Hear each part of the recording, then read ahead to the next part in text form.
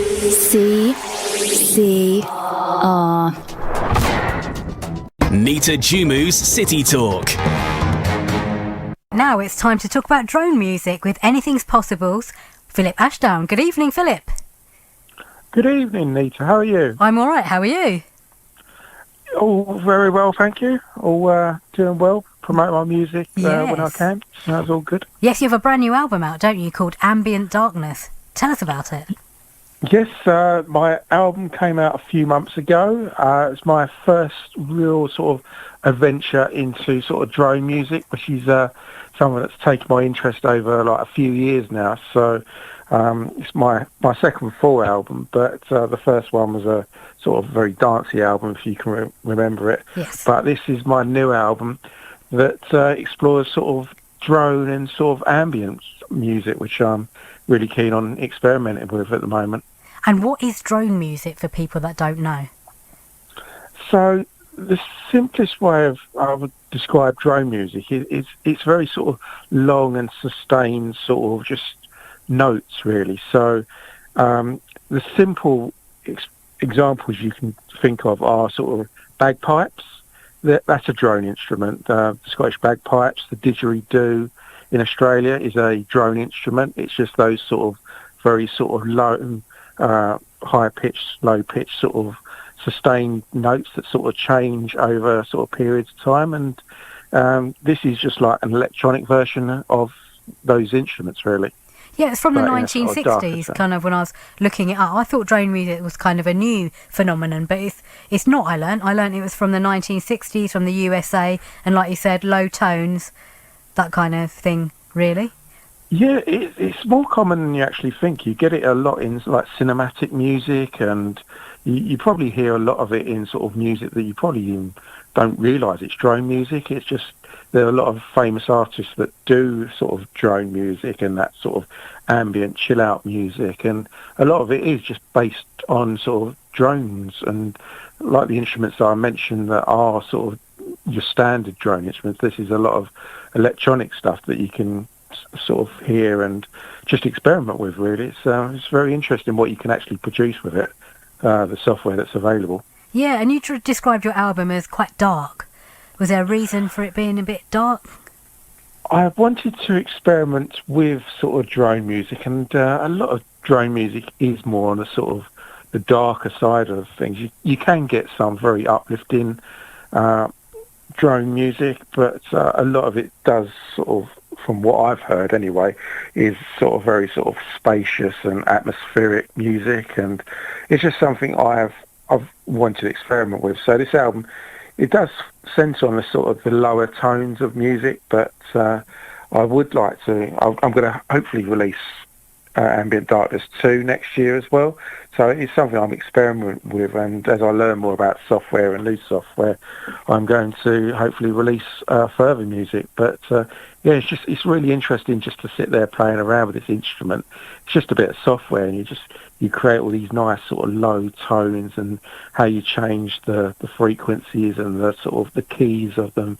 And it's just very interesting, you know. It's just it's a good sort of little hobby to sort of get into, you know. Yeah, and it's quite on trend as well, the darkness. I mean, since Squid Games last year, everything like on TV has been like quite dark. All the programs are dark, really. So you're in trend, I think. Yes, like I say, you probably hear a lot more of drone music than a lot of people realise. It's like it's all in a lot of TV, a lot of cinema. You got your standard music that you listen to, but those sort of songs that you listen on the radio sometimes don't really get picked up in sort of like film music. But all these sort of TV programs that have all that sort of background music, a lot of it is just sort of simple drone music, which a lot of listeners probably just wouldn't even realise it was drone music. So it's just very interesting to sort of learn about it and just experiment with it. Absolutely. And where can we get your album?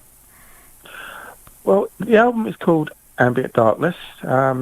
It's, I think, 13 tracks of very sort of different sort of things, and it is on things like Spotify, Apple Music, Deezer, Tidal, YouTube. So you just have to search for Anything's Possible, Ambient Darkness. The album is it's just got a silhouette of the sun, it's like a sort of dark, sort of black picture with that sort of sets the tone of what's about to happen. But it is doing well, the album. It managed to get on a Spotify playlist, which I was very proud of. So I was very, very pleased with that. But you can find it on Spotify. That's normally the go-to. YouTube, obviously, you should be able to find it if you find my channel. And it's just a simple search, really. Ambient Darkness by Anything's Possible. Excellent. Thank you very much for being on tonight's show. And we're going to play Atmosphere right now. Atmosphere. So would you like to introduce your track?